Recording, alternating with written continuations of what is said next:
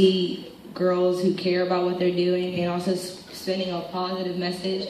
Because I think for even women of color in the music industry, they're put in a box of what they can and cannot say or what their topics are, and I don't think we have that issue because we're just trying to get kids younger than us to feel some type of way and be happy of who they are and to express themselves just how we are. And we're trying to get out to a large number of people what we're doing, so that's why I think it's important. I think it's important because a lot of kids our age, like in our age group at school, you don't see them doing anything else. Like you see them playing sports and stuff, but after that you really have nothing else to do. So this usually, a lot of these rehearsals and these practices, studio time, it takes up our week. Sure, we want to do fun things like go to the movies, but this is a big priority, and I just feel like it's uplifting to us, but to everyone around us. So that's why I think it's important.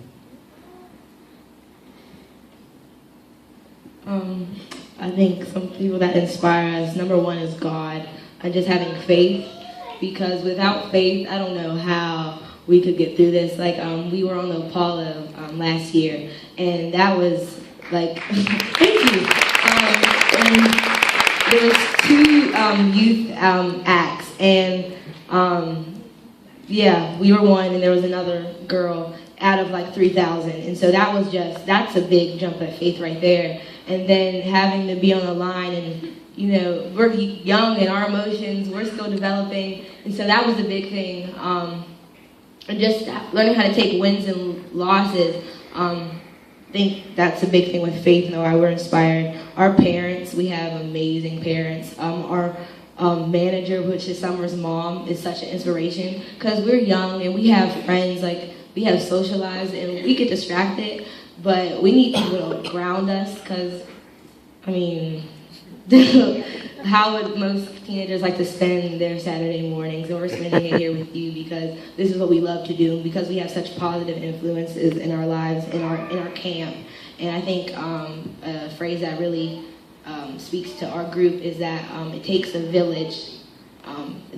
We are really together because of a village.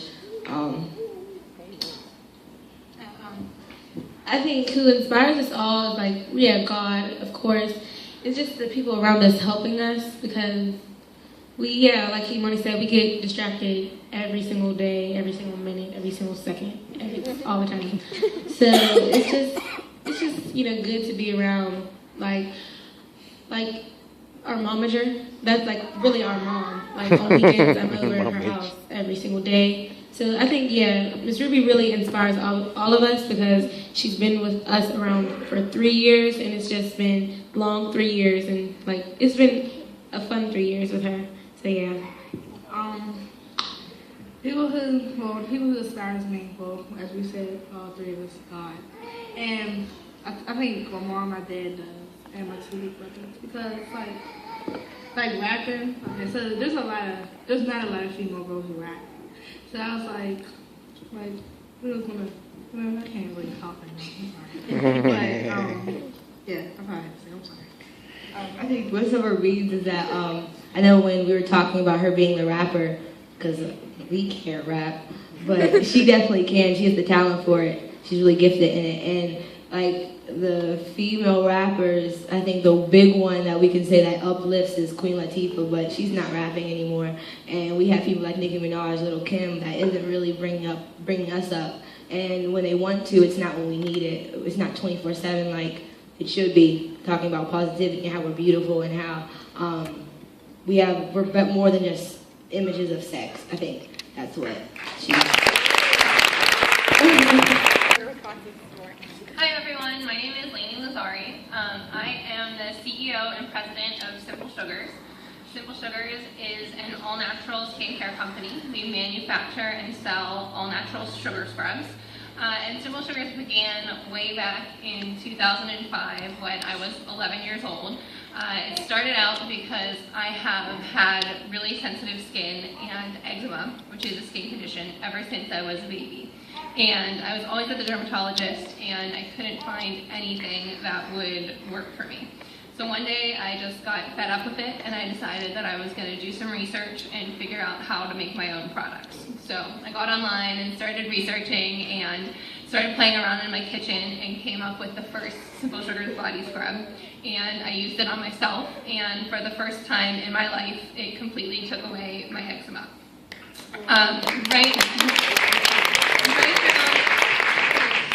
Right around that same time, I watched my mom go through a really difficult experience in the corporate world. She was a very, very successful pharmaceutical salesperson, to the point where she had won all of these awards, and she was basically like famous at her company for how good she was at her job. And to make a very long story short, she went on maternity leave with my youngest brother and essentially got pushed out of her job while she was on maternity leave. So there was a big lawsuit and a settlement, and basically what they ended up saying to her was, what can we do to make you go away and not say anything about this? And she was kind of like, well, that's nice, but I've worked my entire life to get to this point in my career. Now what do I do? So it was something that was really hard for her, and something that as a young girl, it was really hard for me to watch her going through that. So she ended up becoming a stay-at-home mom for a few years, and now she actually works full-time for me. But it was a really unique experience, and something that I learned. After watching her go through that, I was really discouraged, particularly as a woman, about one day going into the corporate world and having the same thing happen to me. And yes, it's true that we've kind of come very far in regards to women in the corporate world, but at the same time, there's still a very, very long way to go, and women still make 77 cents to the dollar that men make. And I never wanted to put myself in that role, and really what I wanted to do is I wanted to have control over my own success. And the one way that I realized I could do that was to become an entrepreneur, because when you're an entrepreneur, I think it's the one way where you can truly be responsible for your own success and your own achievements, and no one can come in and take that away from you. And yes, you're responsible for your own failures as well, but it's so fulfilling to be able to be entirely responsible for your successes. So I had made these products, and I knew that I wanted to start a business. I gave them out to some of my friends and family, and they absolutely loved them. So I realized that these sugar scrubs I had created were the perfect way to begin my business. So I started selling them. And now, 9 years later, we're at a point where we have a $2 million business, and we have, thank you. We have 26 employees, and now I employ both my mom and my grandmother at Simple Sugars. So, which is definitely a very interesting dynamic at the office. But we've come a really far way in these 9 years that I've been growing it, and it's definitely been kind of a long road and a crazy road, but I started way back when I was 11 in my kitchen, so it just kind of proves that everyone starts out somewhere, and don't let people tell you you're too young or your idea is too simple. I don't know if you guys are familiar with the show Shark Tank. But in March of 2013, so a little over a year ago, I was on the show Shark Tank, and I ended up walking away with an investment from Mark Cuban, who's our business partner now. But on the show, I got a lot of kind of criticism for my idea. They kind of said, if an 11-year-old can do it, anyone else can do it, so what makes it special? And I got a lot of criticism for it kind of being too easy and too simple. But I just kind of turned around and proved to them that that's not a bad thing. Simple things can be good, and you don't have to have a college degree or a patent or a super complicated business model to be able to succeed. Sometimes the simple things are the best, and like I said, everyone starts out somewhere. I started way back when I was 11, and back then it was always my goal to turn Simple Sugars into $1 million company. I don't know if you guys know, but there are very, very few companies that actually reach the $1 million mark. So that's like a very, very big benchmark to reach, and there's even fewer of those that are women-owned that reach that benchmark. So it was always my goal from the beginning, and I know everyone probably thought I was crazy when I told people that. My friends were like, haha, yeah, right, you do that. And no one really took it seriously, but then, that was always my goal, and I ended up meeting it and then exceeding it. So I guess what I would like to leave you guys with is just to realize that, even if you're young, and even if you, don't have a lot of resources or a lot of education, you can do it. If you put your mind to it, you can succeed, and people are always going to tell you no. But nothing is more fulfilling than being able to prove them wrong and go back to them and say, you told me I couldn't do this, but I could. So that's my story, and that's what I'd like to hear from you guys.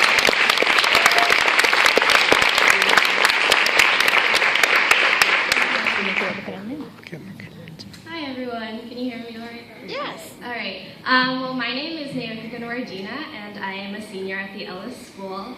I'm just finishing up my 4th year on an all-girls robotics team called the Girls of Steel, and finishing up my 2nd year as a mentor for an all-girls middle school robotics team at Ellis called the Steam-Powered Girls. So I got started on the Girls of Steel in 2010 when they were actually starting the team. So Dr. George Cantor and Patty Rote from Carnegie Mellon were starting the team in 2010.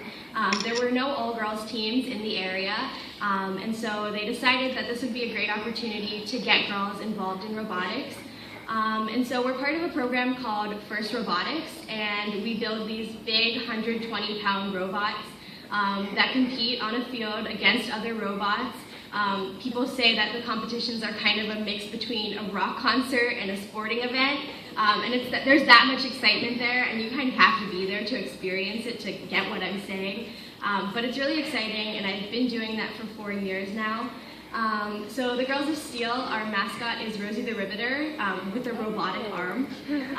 So we kind of tweaked it to fit our own message, and we wear red polka-dotted bandanas as part of our uniform. So we're really easily recognizable, and everybody comes to our pit, which is where we work on our robot during competition, asking for our bandanas. And so it's really awesome to see everybody wearing the bandanas all around competition. And probably my favorite part is when I see young girls wearing our bandanas. I love when little girls will come over to the pit with safety glasses bigger than their heads, and they'll ask for a bandana, and they'll say, I want to be a Girl of Steel when I grow up. It's really exciting for us to see that young girls are getting interested in this, and so I've been a leader on the team for 3 years, and sadly I have to leave now that I'm graduating, but we've been working really hard to get younger girls interested in STEM, science, technology, engineering, and math, and in robotics in particular. So we do a lot of outreach to middle schools. We go to events like the Mini Maker Fair every year, and so we try to get girls interested.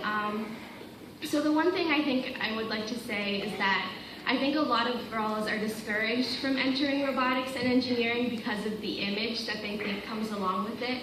A lot of people don't want to be labeled as that nerdy girl or the geek. And I think over the past 4 years, I've become kind of the robot girl at school and among my friends.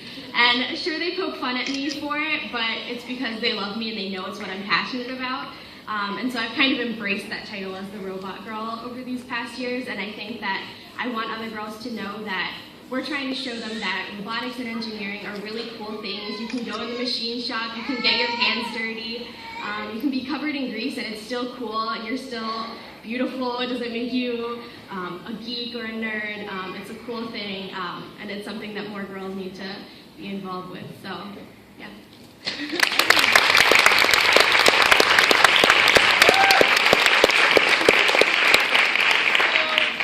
Same thing. I want to open it up to questions for all of our speakers.